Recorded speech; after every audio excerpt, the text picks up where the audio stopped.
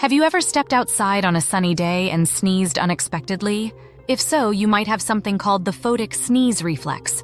Around 10% to 35% of people experience this phenomenon when exposed to bright light. Scientists aren't entirely sure why it happens, but it's thought to be linked to the way your brain processes sensory information.